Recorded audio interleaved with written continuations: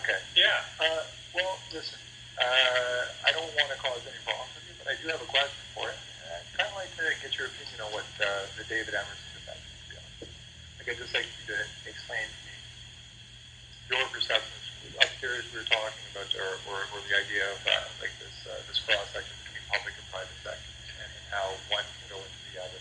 And I'm by no means suggesting that I don't think that's a good idea, but I do have to ask you that if a guy starts out with your executive committee, floats through with Paul Martin, and then jumps in pretty strange circumstances, let's be honest, out in Vancouver Kingsway in 2006. Like, what's your opinion on a gentleman like that doing that? Well, first of all, you and I should not be second guessing the voters of Vancouver Kingsway. If they elected the guy, what are we going to say? Are we going to say you are not justified in electing the guy? But did they elect him as a liberal or as a conservative? Well, yeah, you and I might agree. I personally, David Emerson is a very good friend of mine. But if you said to me, Tom, if you are elected in constituency X, could you 6 months later say, sorry, folks, I couldn't do that? But David. He did it the day after the election. Yeah. So it's a little bit different, right? Well, like, I mean, your letter, right? This is your letter. This is February 6th, 2006. This is Stephen Harper. It came out about a year and a half after the letter was written. Yeah. He congratulates him on a great transition, which is Derek Burney, CAE, who led the transition team. Yeah. And then we have Mr. Emerson, who was quite obviously a member of that cabinet. Yeah. Now, the only problem I have, and I've really tried to make this apparent to you, gentlemen, is the fact that the guy started out with you guys with the North American Security Prosperity Initiative. He was one of the orchestrators. Yeah. He jumped into politics under Paul Martin. They begin the SDP, which is essentially the same thing. Had nothing to do with it. Yeah, David Emerson wasn't involved? Okay. No. I could be completely wrong on that. No, when I say, I mean, David was very supportive of it, but I mean, that's not why the government adopted the SPP. The government adopted the SPP for a whole variety of reasons. Was he not the gentleman who went ahead of Paul Martin and Wakeham to maybe get ready for the business aspects of the meeting between the three heads of state? No. Pretty sure he was, to be honest. I mean, not really. As you said, Dave's a good friend of mine, but my dealings... this has got nothing to do with the gentleman's abilities. No, but my dealings on, as you know, because I know we studied our organization, we came up with the idea of a North American Security Prosperity Initiative long before the government adopted it. We came out with it, we launched 2003, no? Yeah, that's right. And the government launched it in 2004 or end of 5? No, End of 5? Yeah. Okay, that's surprising me. Okay. Yeah. Anyway, you can go back and check that out. But, so that was, but on this issue of Emerson having served, what I don't understand is your obsession with the fact that Emerson served on the council and then served in government. I mean, and Martin did the same thing. What's wrong with that? Okay, well, upstairs, I asked about 8 people before you spoke if they had any real understanding of your organization and the Canadian Council of Executives or you, to be honest. Yeah. And most people didn't know who you were. And I find that quite interesting based on the fact that you've been one hell of an influential gentleman in this country. Would you not admit that? I don't know. I mean, some people say I have been. So why does it surprise you? Ross David told me. Why does it surprise you that a lot of young people upstairs would know who I am? I didn't walk in there thinking, gee, every one of these people know who I am. No, it seems to me that a low profile, right, combined with high influence, those are rather odd in a democracy, and certainly in a democracy such as ours. I could be completely wrong. You know what I mean? Seemingly, I've been wrong in a lot of things in my life before, sir. So I'm not going to say that. I have argued consistently over and over again that it's government that are elected, not people like me. Okay. I don't get elected, and therefore it's government who should be making decisions. Just as David Suzuki or you or me or anybody else, I also believe in the right of citizens and organizations to be able to petition their governments. After all, that's what Magna Carta was all about. You remember? No, I'm with you there. Magna Carta says, you know what? Anybody has the right to petition their government. So why should we, if we were a little more successful with some people, and incidentally with vastly fewer resources than a lot of other people, if you want to compare budgets, compare the budget of to the Canadian Labour Congress with my budget. You know what my budget was the year that I left to the council, which was in December of this year? 10 million. No, $4.3 million. Okay. You want to compare that with the 20 or 30 million, that my friend... Here's the way that 850 billion to 4.5 trillion behind you, though. You know what? That doesn't count for diddly squat. And I'll tell you the reason it doesn't count for diddly squat is because influence comes with the power of the idea. You do not, just because in any CEO who believes that the reason we're influential is because, we're an organization with $850 billion in revenue and $4.3 trillion in assets, doesn't know what the hell they're talking about. Doesn't have the slightest idea what they're talking about. Okay, so we were influential to the degree that we were is because we were pathological about homework, did it better than many people did, knew how to do it, and for which there are no apologies. It's not so much about apologies. It's just maybe a difference of understanding, I think, because quite honestly, when you say that you're influential based on those reasons, and again, I'm not against ideas. I mean, we're in a democracy. That's the fundamental aspect of what's supposed to be going on.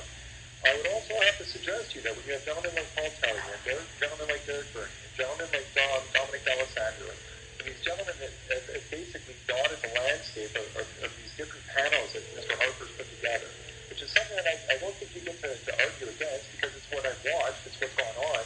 I mean, but you're not Mr. Harper. I ran that organization for 28 years. That was when Harper was a detective, for God's sake. So why are you using the Harper example? Well, I mean, okay, fine. Then I'll go back to free trade. And absolutely, a lot of people would argue free trade has been unbelievable for the country. I'm not going to argue against that because I'm not an economist. But what I will say is that, John Turner gets on the radio 10 years afterwards, and he says that BCNI spent $10 million slandering his good name. You know what I said to John Turner? You know what I said to him in writing? I said, dear John, I used to be an admirer of yours, but I no longer am. And you know why I said that? It's because in that interview, which I heard just as you did, not only did he say, and I don't think he said 10, I think he said $20 million. But he said, not only that we spent all of that money, okay, but he said the BCNI set out to destroy me, okay? Neither is true. Example, I have an audited, Pricewaterhouse audited statement that shows that we spent $4.3 million to the Free Trade Initiative. Now, all the baloney that came from the left said 20, 30 million. John Turner got on national radio, disgraced himself by telling a barefaced lie, 30 to 20 million. It set out to destroy him, had nothing to do with that. So I'll tell you, this is the stuff of mythology gone wild.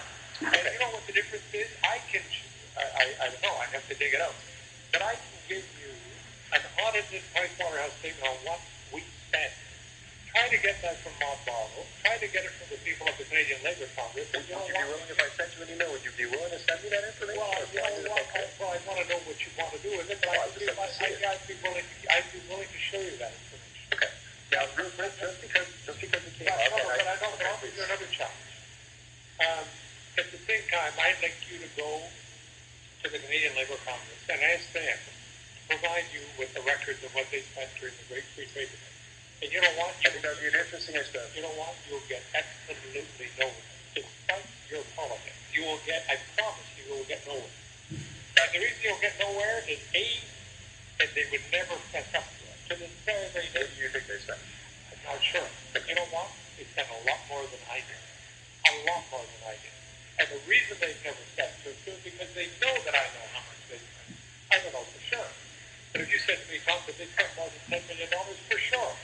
If I did have been posted at 15, yeah, I would say so. I don't know for sure, but I would say that it would at least double or triple what we spent. You know what? And, okay. I would not argue what you're saying, and as a matter of fact, it's a very interesting experiment to see if I can pull off, to be honest, because I'd like to know, and certainly because I teach history and because I'm interested in history, especially our Canadian. You know what I'll make you a deal? Yeah, and this is the deal. If you can get the Canadian Labour Congress to give you evidence, and remember, my evidence is not what I give you, it's what Pricewaterhouse has done. If you can get them to give you evidence that is credible,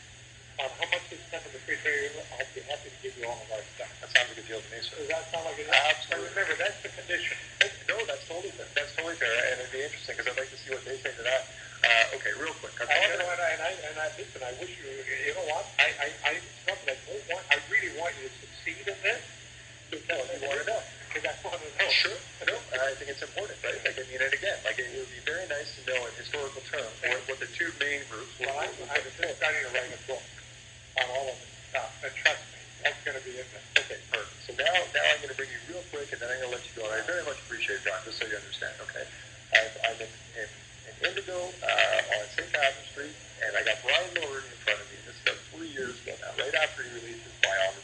Could have been 2, 3, the date's a little, and I thought Titus, Mr. Newman, who I'm sure you've read his book, and he's got you quoted as saying 10 days after the election, 84, you've run into Brian Mulroney on Acacia Avenue in Rockville Park, and I guess you guys strike up a conversation, and this is what's written, and it's him quoting you, so I'm guessing he's got you taped. I'm not positive, but you can tell me if I'm wrong. And he's saying that you run into him 10 days after the election, and Brian Mulroney's changed his mind.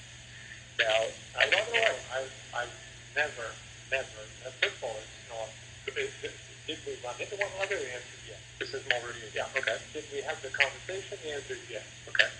Did I say to Peter Newman that as a result of running into him, and Brian, that was the magic moment that Brian Mulroney changed his mind? No. What I did say to Peter Newman was, in fact, what Brian Mulroney said. He said, I've been reading the very interesting stuff that you guys have been doing, and I like a lot of your arguments. Period. I think we probably did spend another 5, 6, or 7 minutes chatting about it, but those are the material lines.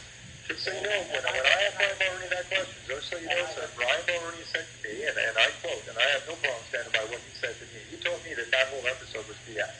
He told me that it never happened. Oh. So, like, I mean, I don't know what to say to that. I mean, we can obviously, what am I going to say? The guy's the Prime Minister, and you're obviously got a lot on your plate, so what his memory is and your memory is, I'm just saying that's how it played out in terms of that. I have no reason to make it up. No, I'm not suggesting that, although... But he may have a reason for denying it, right? Well, I mean, when you're flipping decisions that closely after an election, after you're saying, over my dead body type thing, yeah, I can see why he'd deny it. Listen, Tom, I appreciate your time. I don't want to hold you up any longer. I will say, though, that when a gentleman from your organization in the future, and I know it's not yours anymore, so this is more Mr. Manley at this point, I got to tell you, when I look on those bios, and I'm looking for the name Canadian Council Chief Executive, based on the fact that so few people actually know who you are and what you've done, okay? I don't see the argument you're going to be able to put forward on a rational level in this country that says that shouldn't be on his file. Now, I know you like Mr. Emerson. I don't know Mr. Emerson. I disagree fundamentally on what he did out there, and you may say that you can question, but he went in there as a Liberal, vehemently as a Liberal during that election campaign, flipped the day after, and a lot of people were pretty extraordinarily angry. Listen, I'm not going to challenge you on that opinion, but I mean, that's one issue, and you have a very legitimate point of view on that, very legitimate. It's not something I could have ever done. But I'll tell you one thing in defense of David Emerson, and I mean this. The vast majority of people who would have done something like that would have been motivated by a desire for power. And in that business, I would say that David Emerson was the only exception that I would know of. What do you think his motivation was? His motivation was a genuine desire. If you knew him as well as I did, you'd understand it. A genuine desire to serve his country no matter what. That was vastly more important to him. I mean this. I really mean this. And I would not apply, if you said, if you were to draw that scenario, the vast majority of people would say, oh, come on, who are you kidding? I would make an exception in the case of David Emerson. And I know an awful lot about that incident, about how he did it, why he did it, and so on. And I know that David is one of those people who could honestly say, when he saw the uproar that resulted from it, why on earth are people so upset given that all I want to do is serve my country? David does not have a single sliver of malice in his entire body. That's the sort of guy that he is. Oh. Well, you know that, listen, I don't know him, right? So I can't judge what you're saying. Done it, and I could not have done it. I would definitely not have done it. I think it was awful. And I couldn't have done it either. And all I'm telling you is that in his case, I can't think of anybody else that I would say that of, but in his case, while I would not have done it, what he did not because, oh my God, okay, I'm not going to have to sit in the back benches, and boy, I want to be on the front benches again, and I don't give a damn about my principles.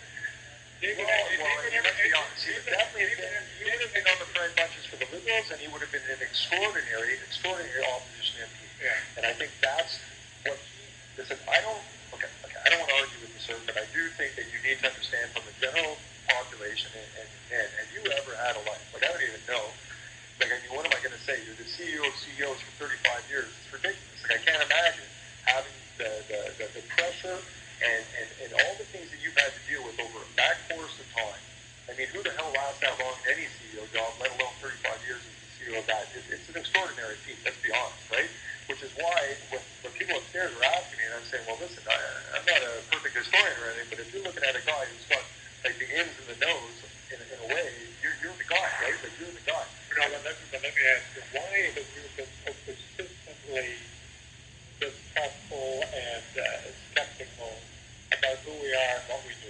I think the word citizen journalism is something that more and more individuals in this country are going to come to know and understand based on the technologies at hand. And quite honestly, like, I don't know, I'm a Canadian citizen. I want my nephews to know what the hell's going on in this country. And without making any accusations, what I will say in a very simple way, sir, is the fact that if you're going to have as much influence as you've had in this country, and the profile that you've had, and I'm not saying nobody knows who you are, but I am going to say that the vast majority of Canadians have no idea who you are, and to me, it's a shocking fact of the Canadian reality. Now, again, I'm not saying, in this moment, I'm not saying anything negative towards that, and I certainly don't want to leave this. I hope we'd have a conversation again someday if we could, and if I can get that information, we've already made a deal that we will have a conversation again, you know what I mean? I will tell you, Emerson, he should have put his name, he should have been Council Chief Executive on that line, especially considering he was on that public service. A lot of them have. I mean, yeah, but no, that one's different though, sir, because he did leave your offices and walk in there, and I don't know what to say, but I believe that he left 99 Main Street. He's the vice chairman. He walks through 2003. That's not where he resides.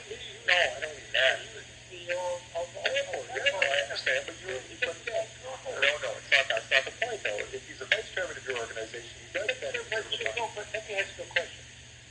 What if I had decided, I don't know, in the election of 89 or the election of 92, what if I decided to run and not elected and went into the cabinet? Would you find that objectionable? I have no problem with business or businessmen becoming. To me, it's a matter of transparency, and I will say so. I do think I would have hesitated for a moment to put on my bio that the last 10 years I've been so why did he? Hey? Why didn't he? You know what? It's unacceptable. But we're not going to agree on it. It's unacceptable. But I did, and he did move forward. And sir, it is a small grouping of gentlemen that Mr. Harper has a lot of guys from that 2003-4 vice chairmanship around him. Maybe not so much now, but certainly through the first 2006 to 2008, you're talking about Dominic D'Alessandro, okay? You're talking about Gwyn Morgan, Public Appoints Commission. You're talking about Derek Burton, Legal Transition Team. You're talking about David Emerson, who did what he did. That's not even debatable. Paul Tellier is still a member of the Public Advisory Committee on the Public Service, right? David Emerson was up until a while ago. Dominic D'Alessandro. Forget about this. It's an influential position. But you think those people were competent? It's got nothing to do with competency because, again, I have no problem with businessmen. Certainly, Jesus, my dad was a solid businessman. Certainly nothing like you guys, but like he did very well for himself. You know what I mean? And my problem with business when it doesn't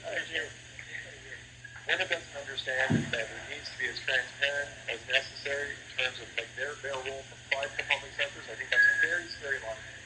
I think we should leave it at that, to be honest. I think honestly, sir, it's been a pleasure talking. I hope we can talk again. Hope you're talking again. Yeah, for sure. You've got a challenge. I've got a challenge, and just so we're absolutely clear. Yeah. If you get something out of the CLC that's credible, on expenditures surrounding their organization versus ours, if you can produce it, I'll be happy to produce ours. That's as fair a deal as I've heard. So take care of yourself, okay? Take care of yourself. Oh my God! I listened to every word. Was it okay? It was excellent. I can actually send you a transcript of it. Oh no, okay. Take care. Bye.